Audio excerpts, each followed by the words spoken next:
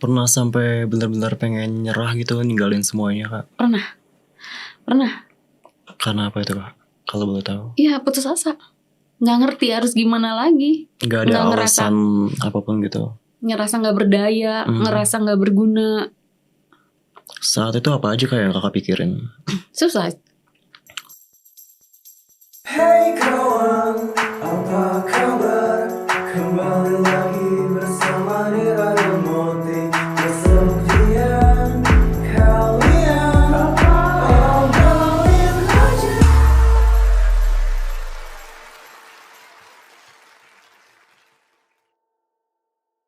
Halo Sobat Nadir, balik lagi di Nadir Podcast bersama gue Moti. Di podcast ini kita akan membahas tentang loneliness dan juga lost point dari para narasumber yang udah hadir. Dan juga bagaimana cara mereka melewatinya. Nah, kali ini kita udah kedatangan narasumber yang ceritanya menarik banget nih. Langsung aja kita sambut kali ya. Siapa? Kak Agnes. Halo Kak. Halo. Apa kabar Kak? Baik. Sebelumnya thank you banget ya udah mau datang ke Nadir Podcast. Sama-sama. Terima kasih juga dikasih kesempatan Iya, buat cerita. sama-sama Kak. Sebelum kita ngobrol lebih lanjut, kita mau kenalan dulu dong nih sama Kak Agnes. Silakan Kak, kenalin dirinya ke Sobat Nadir. Halo, nama aku Agnes. Aku ibu dari 2 orang anak, single parent. Kebetulan sekarang lagi kerja di online. Kerja apa tuh Pak, kalau boleh tahu? Online gitu ya pokoknya? Iya, aku driver. Oke. Selain itu apa lagi Kak kesibukannya? Aku sebelumnya itu bikin sabun, body care. Iya, jadi bisa sabun batang, sabun cair, body lotion. Bikin sendiri gitu? Bikin sendiri. Oh, sampai sekarang masih Kak? Kalau ada yang pesen aja. Oh, pre-order gitu ya jadinya. Apa tuh Kak sabunnya? Sabun bar. Brandnya mungkin ada? Belum ada brand lagi sekarang. Belum ada brand. Oke. Jadi itu aja ya? Iya. Terus kalau selain itu kerja online sama bikin sabun apalagi Kak? Kalau di rumah biasanya kesibukannya? Udah sih, karena kegiatan yang dilakuin sekarang sudah cukup menyita waktu. Bener sih. Iya, karena aku pergi dari pagi-pagi jam 7 jam 8, pulang bisa jam 10 jam 11 tergantung. Tergantung aja. Paling kalau di rumah waktunya buat anak aja ya. Istirahat sama anak udah. Iya. Anaknya umur berapa Kak kalau boleh tahu? Anak aku yang besar umur 21 tahun, autistik berkebutuhan khusus. Yang kecil umur 18 tahun, kuliah di Bandung. Udah gede juga ya. Iya. Jadi udah bisa ditinggal ya. Iya. Kalau hobi Kakak apa nih Kak? Ada gak? Kalau hobi dulu sebelum sakit. Ya. Itu sakit ada kayak hobi olahraga, sepeda, musik, traveling juga. Tapi kalau sekarang hobinya lebih ke apa ya? Dengerin musik aja kalau sekarang. Dengerin musik aja ya. Sakit apa Kak tadi kamu bilang? Dari psikiater didiagnosa depresi dan anxiety. Oke. Kak, karena podcast kita ini membahas tentang loneliness dan juga lost point. Sebelumnya aku mau nanya dulu nih, pernah gak sih Kak ngalamin kesepian gitu? Atau definisinya apa menurut Kakak? Kesepian tuh apa sih? Kesepian pernah. Bahkan pada saat traveling aja tetap ngerasa kesepian. Travelingnya sendiri Kak? Karena sendiri, kadang sama teman. Jadi kayak ada di bagian diri kita yang sebenarnya butuh seseorang, tapi di saat itu nggak ada siapa-siapa gitu loh. Ya? Jadi apa yang Kakak rasain Kak saat ngerasa kesepian itu? Sendirian aja capek. Kayak udah ngerasa nggak penting, ngerasa ditinggalkan. Karena emang gak ada siapa-siapa saat itu ya? Iya. Saat traveling terus biasanya saat apa lagi Kak ngerasa kayak gitu? Di rumah gitu ya, gak ada teman buat diajak ngobrol. Kalau sama anak-anak? Sama anak-anak sih ya menyenangkan gitu loh. Tapi kan kadang beda ya? Dengan apalagi anakku sekarang yang kecil itu udah kuliah, udah punya kesibukan sendiri. dan dia tinggal di luar kota kan, jadi aku ngerasa berat gitu loh. Apalagi semenjak ditinggal sama papahnya itu bener-bener yang kayak ngerasa jauh aja dari anak gitu. Tapi yang satu sisi aku nggak boleh egois gitu loh. Dia punya kehidupannya sendiri sekarang. Ada prioritasnya dia juga. Tapi ya aku harus bisa ngerelain kalau dia tinggalnya jauh sama aku. Walaupun kadang aku butuh sekedar perhatian kecil. Benar, dari dia. Kita semua pasti butuh itu sih. Iya. Di mana emang Kak? Dia kuliahnya? Kuliahnya di NHI, ambil jurusannya pastry. Oh, lumayan ya. Iya. Kalau yang gede anaknya? Dia berkebutuhan khusus. Kebetulan saat ini di rumah aja. Di rumah aja. Jadi berdua sekarang Kak? Aku tinggal masih sama kakak ipar. Oh, sama kakak ipar. Oke. Kalau saat kerja gitu Kak, pernah ngerasain juga gak sih sepi gitu? Sejauh aku baru kerja 2 bulan ini, aku lebih ke sepi sih enggak ya. Ya. Justru ada hal-hal menarik yang nggak pernah kita duga. Apa tuh? Iya kayak misalnya aku ketemu orang yang kita bisa entah dia curhat ke aku. Jadi saling sharing aja, dan itu secara nggak langsung menguatkan. Saling support lah intinya. Saling support ya. Iya, masing-masing jadi cerita kamu goalsnya apa atau apa yang sedang kamu lakuin sekarang gitu loh.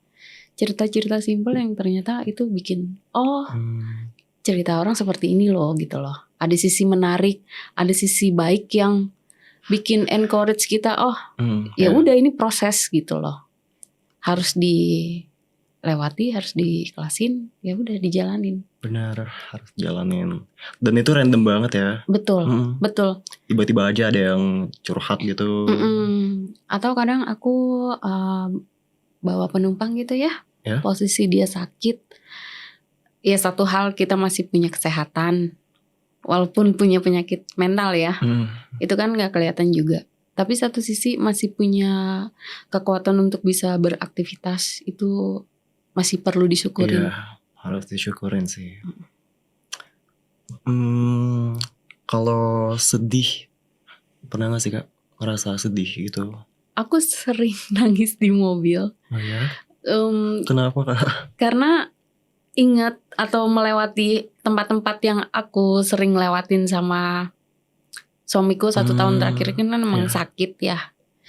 Jadi kadang kalau misalnya lewat IKEA, lewat tempat-tempat yang pernah dikunjungin, iya jadi kayak terakhir flashback main nih kesini, gitu. terakhir main kesini gitu loh. Itu bisa. Atau penderita gagal ginjal juga, kadang aku yang suka jemput kan, ada yang sendirian perginya ke rumah sakit. Itu aku juga jadi kebawa emosi aja. Udah berapa tahun Kak semuanya? 8 bulan. 8 bulan. Karena gagal ginjal. Oke. Sejak Kak Agnes ditinggal sama suami itu, atau saat ditinggal dulu deh, itu apa yang Kak rasain Kak? Penyesalan, sedih, macem-macem. Contohnya apa aja tuh Kak penyesalannya? Penyesalannya kayak, andai aku bisa ngelakuin hal yang lebih baik. Atau yang bikin sedih sih udah pasti ya, namanya pasti ya, sedih. Meninggal. Kita nggak, kalau kita kangen kita udah nggak bisa entah sekedar ngobrol, entah sekedar meluk. Kalau kangennya kemana? Benar. Itu yang paling sakit sih. Setelah itu ada perubahan gak sih Kak dalam hidup Kakak setelah ditinggal suami? Banyak sih, banyak. Lebih ke realita hidup yang sekarang, dimana aku harus ganti mindset aku. Aku harus bisa sendiri. Harus jadi independent woman lah ya. Iya. Apalagi harus ngurus anak 2. Terus apa lagi Kak yang menurut Kakak paling berat gitu, yang harus Kakak lewatin?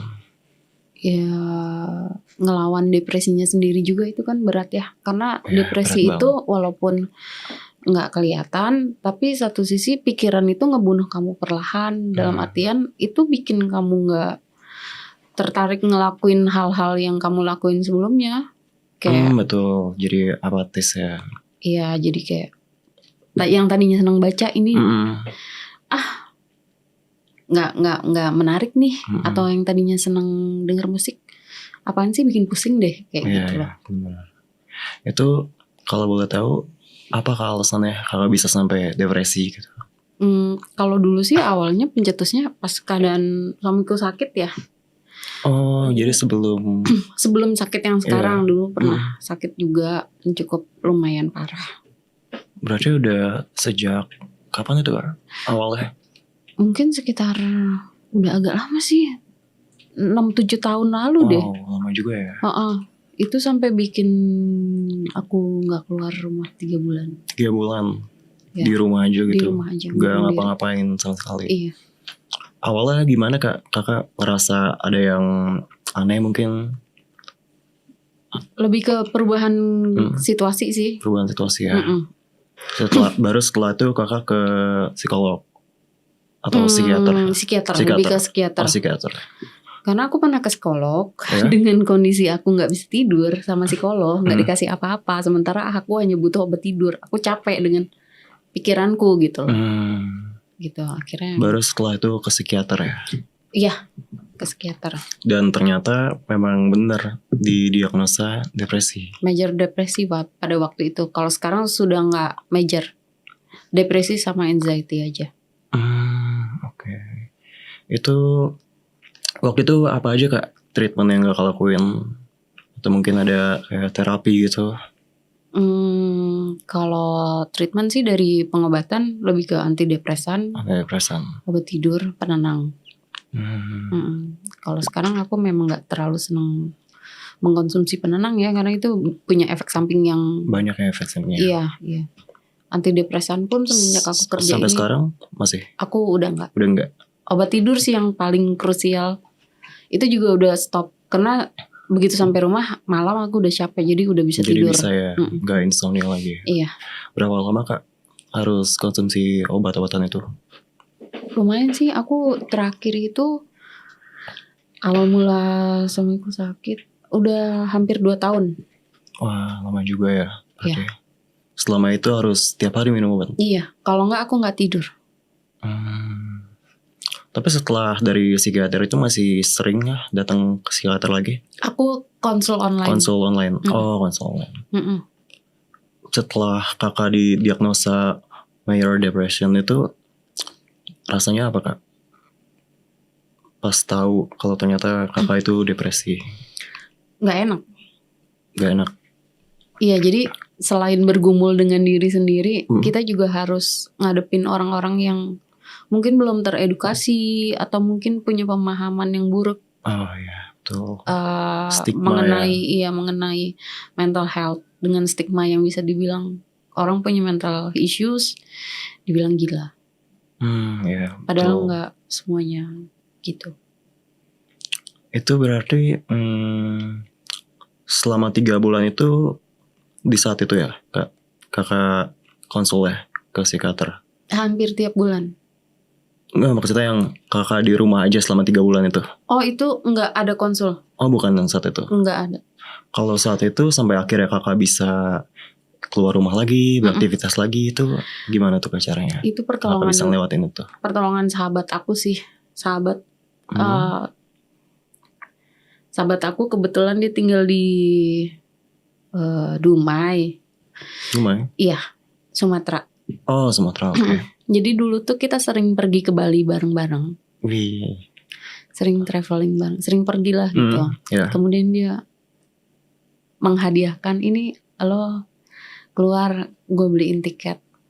Dari situ aku awalnya 3 bulan di rumah aja gemeteran dong keluar. Akhirnya terus ya udah menikmati aja lah, Iya, akhirnya bisa pergi ke Bali lagi. Traveling bareng lagi ya akhirnya. Traveling iya, walaupun pada waktu itu bulan puasa aku inget banget. Jadi dia kalau siang dia puasa kan. Jadi kita ketemu setelah habis puasa. Oh. Habis buka puasa baru bisa ketemu. Karena siangnya dia berpuasa. Ya, Itu sih yang bikin support sih emang bener-bener maksudnya. ya penting banget ya Iya. support system itu. Mm. Setelah itu baru kakak bisa ya ngejalanin kehidupan kakak normal lagi gitu. Iya, pelan-pelan membaik. Pelan-pelan membaik ya. Pelan-pelan membaik, punya aktivitas lagi kayak gitu. Tapi dengan pola yang bisa dibilang ini berulang ya. Naik turun, Ya, ups and down. berarti nggak lama setelah itu ya kakak baru konsul ke psikiater. Iya betul. Bener berulang ya. Iya. Awalnya aku ke psikiater di RSKO. Aku inget banget tuh. RSKO di Cibubur. ya. Oh iya, tahu. Di situ awalnya. Baru setelah itu online gitu. Waktu itu belum ada online. Oh, waktu itu belum ada ya? Belum ada online. Baru ini dong berarti online ya? Online iya. 2 tahun belakangan itu, tapi nggak full online juga. Karena kan memang aku perlu ketemu, perlu di langsung screening gitu ya. lagi kan sama psikiater, dan itu harus offline. Iya. Gitu. Atas saran dokterku yang online itu, kamu harus ke klinik, harus ketemu psikiater. Gitu. Berat gak sih kak ngejalaninnya sebagai orang yang didiagnosa depresi itu? Berat, karena satu sisi kamu harus bergumul dengan pikiran itu, pikiran diri sendiri, yang amat sangat melelahkan. Dan kalau nggak dilawan dengan punya kesibukan, ya sudah. Pilihannya cuma 2,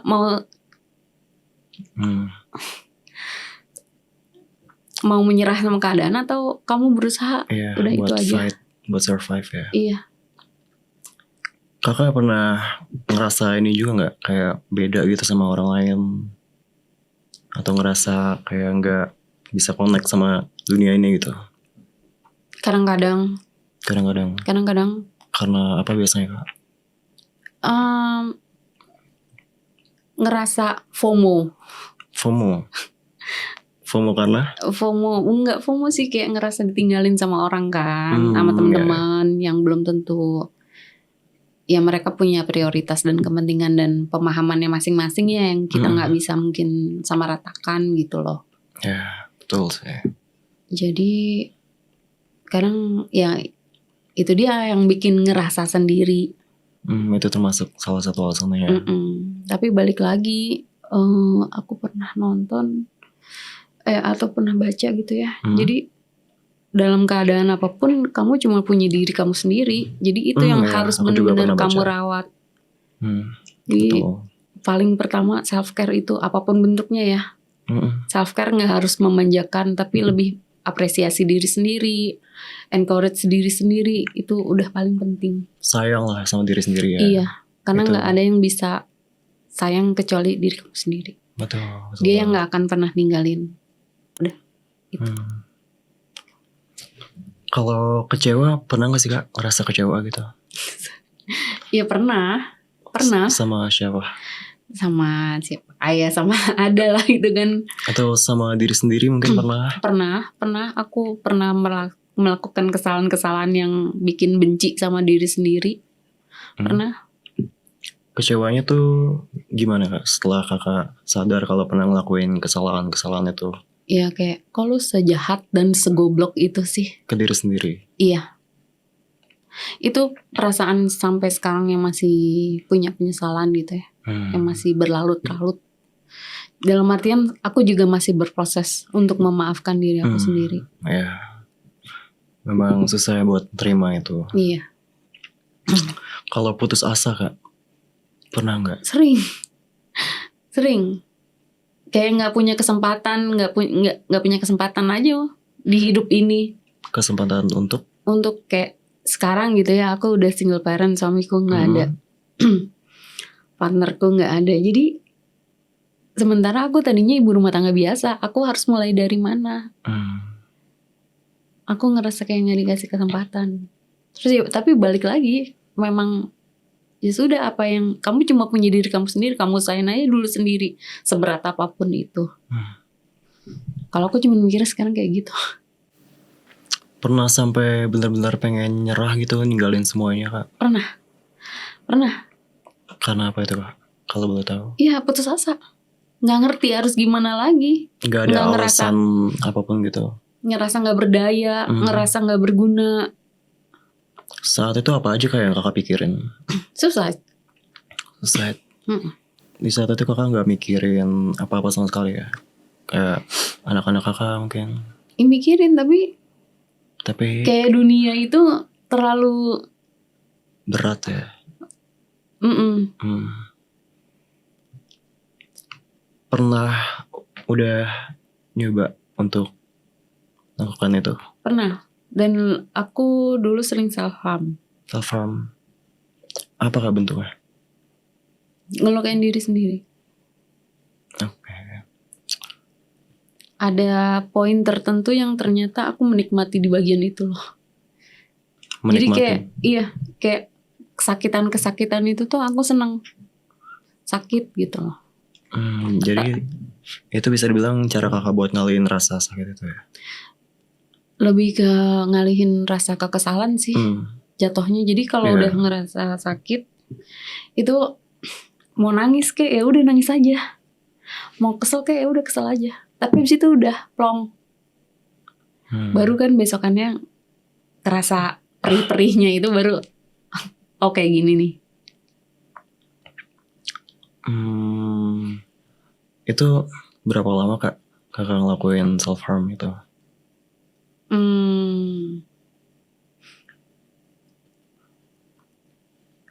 Lumayan ini sih, tergantung ada trigger nih. Kalau Iya, ada pas awalnya ada triggernya trigger tuh- aja. Triggernya apa kak? Sampai kakak kepikiran buat self harm gitu? Kesel sama orang. Selain kesel kakak ngerasa apa lagi sih kak? Saat ngelakuin self harm itu? Iya marah, sedih. Marah, sedih. Lebih ke emosi negatif aja sih. Saat ngelakuin itu apa aja yang terlintas di pikiran kakak gitu? Ya emosi, maksudnya amarah aja, pure amarah. Pokoknya langsung ya bisa diluapkan aja gitu lah ya, Iya, emosinya. brutal kayak yang pisau untuk cukur alis gitu ya. Kalau perempuan pasti punya gitu. Itu aku besetin aja ke kaki aku, ke tangan aku. Saat itu nggak ngerasa sakit nih? Nggak, lebih ke kesel aja, ngeluapin kesel. Baru setelah itu ya. Baru besokannya atau malamnya gitu mulai berasa nyeri radang itu sakit loh. Tapi di saat ngelakuin itu kakak benar-benar jadinya lebih baik gitu, ngerasa lebih baik? Kalau ngerasa lebih baik sih nggak juga ya. Lebih ke ngeluapin keselnya aja. Bisa nangis gitu. Bener-bener yang ngeluapin emosi aja. Oke. Kalau sekarang kak, coping mekanisme kakak apa? Kerja. Kerja. Maksudnya menjadi produktif aja. Karena itu bisa ngalihin emosi-emosi negatif. Even di jalanan sendiri dengan kemacetan yang seperti itu, kalau bisa mengatur pikiran, bisa kok Bisa santai, ya. bisa kok nggak emosional, bisa kok diatur dirinya, dikendaliin. Jadi kerja ya bisa jadi salah satu cara untuk ngalihin perasaan itu. Iya, menjadi produktif aja. Dinikmatin aja prosesnya, karena selain untuk bisa proses belajar yang aku rasain, itu juga lebih ke ngalihin pikiran-pikiran gak penting sih, atau hal-hal yang gak penting. Contohnya apa tuh kak? Pikiran-pikiran gak penting itu? Iya, ngerasa gak berdaya, ngerasa gak punya kesempatan, ngerasa putus asa, itu bisa kok dialihkan gitu. Dialihkan ya? Iya. Tapi pernah gak sih kak, ada gitu saatnya kakak benar-benar gak bisa ngalihin itu? Kalau aku di rumah aja. Kalau di rumah? Iya. Dan gak ada kesibukan. Jadi malah kalau gak sibuk tuh malah datang ya pikiran-pikiran itu yang negatif. Kalau sekarang kayak begitu. Ya itu tadi, dengan apa yang aku lakuin sekarang, ketemu orang, kadang ada hal baik yang kita gak pernah kira gitu. Jadi itu bisa encourage diri sendiri untuk bisa lebih lebih yakin, lebih lebih empower gitu. menguatkan diri sendiri itu menguatkan. paling penting. Ya. Prosesnya itu yang memang harus dilewatin sih. Berarti kesepian itu jadi salah satu alasannya ya. Pikiran-pikiran negatif itu datang. Iya betul. Dan, Iya betul. Kalau di rumah itu kakak sepi gimana tuh kak? Karena memang sepi ya. Biasanya ngapain? Nggak ngapa-ngapain gitu? Ya kalau ada anak aku ngobrol sama anak aku atau beraktivitas sama anak aku gitu. Tapi kalau udah dia nggak pulang, ya udah. Anakku yang autis kan tidak bisa diajak komunikasi. Jadi paling main-main lucu aja gitu kalau sama dia. Lucu gitu ya. Iya kayak karena dia masih kayak anak umur 7 tahun. Ya betul sih. Jadi nurturing aja jatuhnya. Ngasuh. Pernah gak sih kak ngerasa sepinya sampai sepi banget gitu pas di rumah? Iya sering karena memang kebetulan saya tinggal di komplek yang lumayan sepi. Jadi secara nggak langsung dari lingkungannya sendiri pun sepi gitu, tenang. Di komplek itu sih soalnya. Iya maksudnya di perumahan yang perumahan. yang cukup Bukan di kota gitu yang rame. Iya betul di kota tapi yang sepinya lah. Yang orang punya kesibukan masing-masing. Iya. Gitu loh. Jadi berpengaruh juga. Iya kesepian. Kalau lowest point kakak itu apa kak? Kalau boleh tahu. Selain yang udah kakak ceritain tadi, apakah ada lagi yang menurut kakak itu titik terendah kakak di hidup kakak? Iya, nggak berdaya aja, nggak punya, ngerasa nggak ada sumber daya. Apakah sampai sekarang masih sering kak merasa kayak gitu? Masih, karena masih struggle sama itu. Pelajaran apa aja kak yang udah kakak dapetin setelah ngelewatin banyaknya challenge di hidup kakak gitu? Ya maksudnya semua orang punya kesulitan dan tantangannya masing-masing. Dan dari situ ada proses sih yang akhirnya secara nggak langsung bawa pengalaman baru di hidup yang emang harus dipelajarin. Jadi itu semua orang setiap orang punya starting pointnya masing-masing. Jangan pernah membandingkan hidup kita dengan orang lain karena backgroundnya, pengalamannya beda. Tapi pada dasarnya setiap orang, aku yakin pernah ada lowest pointnya gitu loh, punya pengalaman yang akhirnya bisa diambil pelajarannya. Balik lagi sih tergantung antara tergantung kitanya. Iya, tergantung kitanya mau dibikin gimana makin nih? Makin buruk atau ya udahlah pembelajaran gitu. Dari situ gitu loh. Karena prosesnya emang yang perhatiin nggak habis-habis sih. Ya betul. Bahkan orang yang kita anggap sudah cukup dewasa atau di atas kita aja ternyata punya challenge hambatannya masing-masing juga gitu. Yang kita nggak pernah tahu kadang kan. Gitu. Oke, kalau tadi kita udah dengar cerita lowest point kakak, loneliness, aku mau nanya nih kak, apa sih momen yang paling membahagiakan di hidup kakak? Yang paling kakak ingat lah, kayak core memory gitu, yang menurut kakak paling bahagia? Apa ya? Yang paling ya? Ya yang menurut kakak paling bahagia.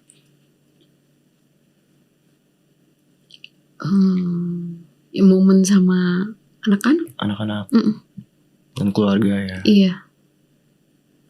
Selain itu sama teman-teman gitu. Pas traveling. Iya. Atau pas lagi kumpul, ada hal-hal yang menyenangkan aja. Pasti ada sih ya kalau teman-teman. Iya. Bahkan untuk kegiatan sosial itu ngelihat orang yang dibantu bebannya berkurang aja sudah bisa membahagiakan. Jadi simple ya. Sebenarnya sebenarnya simple. Bisa nolong orang aja juga udah. Dan diapresiasi sudah cukup. Ya betul. Udah cukup banget itu. Sudah cukup, sudah lebih dari cukup. Siapa aja tuh kak teman-temannya yang selalu ada buat kakak kapanpun itu? Ada nggak yang mau disampaikan ke mereka kak? Mungkin say thanks Iya sama jelas, mereka. iya. Berterima kasih banget untuk masih ada di sekitar aku seburuk-buruknya keadaan aku dan masih mau nolong dan ngehargain aku. Itu sih. Kalau buat anak-anak kakak, ada nggak yang mau disampaikan kak?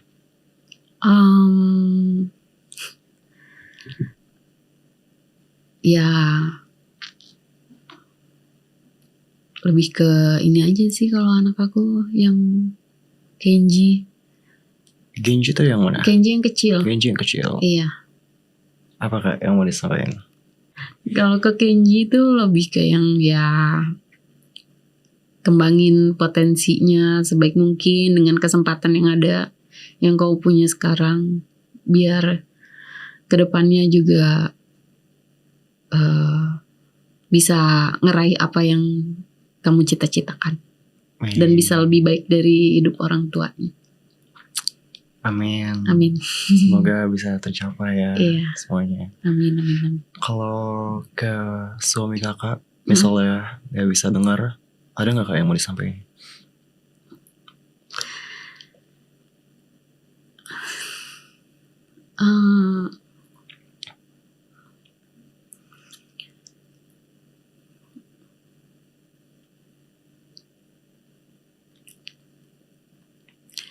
Cuman mau bilang makasih aja sih. Udah jadi orang yang paling bertanggung jawab.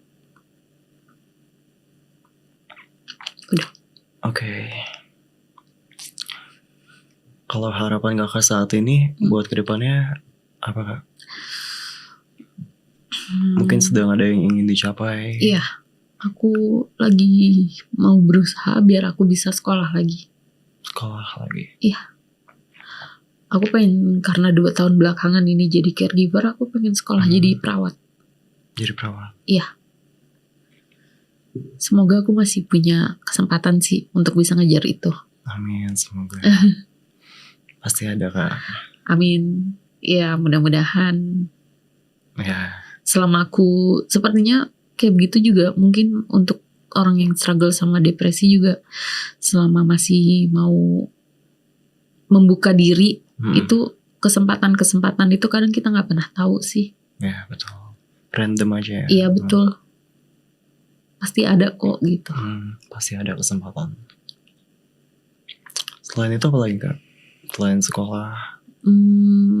Iya sekolah, bekerja, dan bisa jadi mandiri. Bisa bikin anak-anak aku bangga. Wih. Amin, semoga semuanya tercapai kak. Iya, amin, amin, amin. Semoga nanti ya mungkin 5 tahun, 10 tahun lagi aku flashback, ternyata bisa bangga sama proses yang sekarang lagi dilewatin aja, lagi dijalanin. Amin. Mudah-mudahan itu sih, itu aja, gak muluk-muluk. Oke. Ada yang mau dipromosin gak nih kak? Mungkin sabunnya tadi boleh. Enggak, karena lagi gak fokus di situ juga. Siapa tahu ada yang mau pre-order. Lagi gak fokus, aku lebih ke diri sendiri aja sama yang aku lakuin sekarang. Oke. Sebelum kita akhirin nih ngobrol-ngobrolnya, ada positive quotes gak nih kak buat Sobat Nadir? Aku pernah baca ya, jadi ada quotes, gak ada yang lebih menguatkan dibandingkan perempuan yang berusaha membangun hidupnya lagi. Oke kak, kita udah selesai nih episode kita kali ini. Thank you banget ya udah mau datang dan sharing ceritanya yang menarik banget tadi. Sebelum itu, ini nih kak, aku mau ngasih sesuatu kakak. Wah, Merchandise. iya terima kasih. Sama-sama kak, thank you juga. Obrolin aja. Obrolin aja. Bener dong. Iya bener dong, karena memang itu yang paling sederhana. Obrolin aja dulu. Iya. Oke. Oke, kita foto dulu Kak sebelum posting.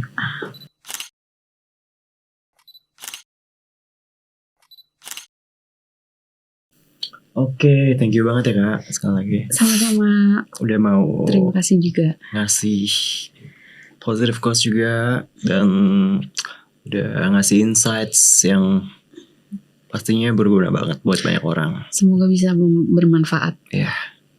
Oke. Thank you Sobat Nadir yang udah nonton episode kali ini. Semoga bisa bermanfaat buat kalian. Gue Moti. Jangan lupa buat like, comment, share, subscribe. Dan juga nyalain lonceng notifikasinya biar gak ketinggalan episode terbaru dari kita. See you! Hey,